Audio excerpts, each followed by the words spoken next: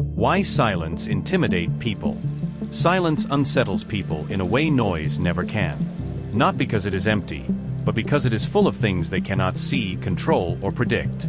We live in a world addicted to expression. Everyone is talking, posting, reacting, explaining, defending. Words have become a shield, something people use to manage perception, fill gaps, and maintain control over how they are seen. So when someone chooses silence, it disrupts that entire system. Silence removes the script. When you are silent, people cannot easily read you. They don't know if you agree or disagree, if you are impressed or disappointed, if you are weak or powerful. And that uncertainty creates tension. Human beings naturally want clarity. They want to label, categorize, and understand. Silence denies them that comfort. And what people cannot understand, they often fear. This is where Stoic philosophy quietly steps in. The Stoics believed in mastering what is within your control and releasing what is not. Your thoughts, your reactions, your words, these are yours. Other people's opinions, emotions, and interpretations are not. Silence becomes powerful when it reflects that discipline. You are no longer speaking to manage how others see you. You are grounded in who you are, regardless of their conclusions. That kind of detachment is intimidating. Silence also forces reflection.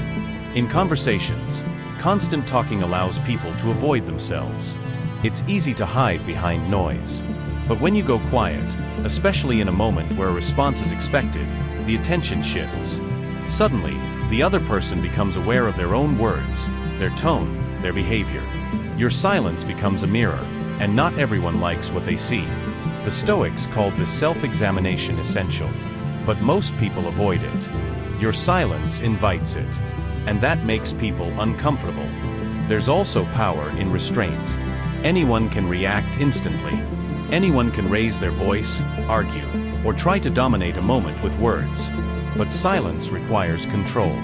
It signals that you are not easily triggered, not desperate to be heard, not dependent on validation. That kind of composure suggests strength, and people instinctively recognize it. Epictetus once taught, "We have 2 ears and 1 mouth, so that we can listen twice as much as we speak." Silence is not weakness, it is disciplined listening. It is choosing not to waste energy on what doesn't matter. Think about it. The loudest person in the room is rarely the most powerful. It's often the one who speaks less, listens more, and chooses their moments carefully. Silence, when used intentionally, communicates confidence without saying a single word. It says, "I don't need to prove myself." And that can be deeply unsettling to someone who constantly feels the need to prove theirs. Silence also breaks expectations. In arguments, people expect resistance. In conversations, they expect engagement. In tension, they expect reaction. But when you respond with silence, you interrupt the pattern. The other person doesn't know how to proceed, because their strategy depends on your participation. Marcus Aurelius wrote about this kind of control, choosing not to be disturbed by external chaos. Silence becomes your boundary, a quiet refusal to be pulled into unnecessary conflict. Without your words, their control disappears. Another reason silence intimidates is because it cannot be easily attacked. Words can be twisted, challenged, or used against you.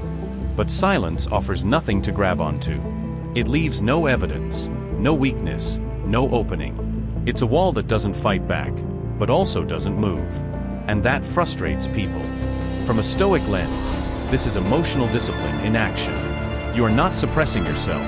You are choosing not to react impulsively. You are responding with intention, or not responding at all when it adds no value. There's also a deeper psychological layer. Silence creates space, and in that space, imagination grows. When you don't explain yourself, people begin to fill in the blanks. They may assume you know more than you do, think deeper than you've expressed, or feel stronger than you've shown. In many cases, your silence makes you appear more powerful than words ever could, because mystery amplifies presence. But here's the truth the Stoics would insist on. The goal is not to intimidate people. The goal is self-mastery. Not all silence is powerful. Silence rooted in fear, insecurity, or avoidance is different. That kind of silence shrinks you. The silence that carries weight is intentional. It is calm, controlled, and grounded. It is a choice, not a reaction.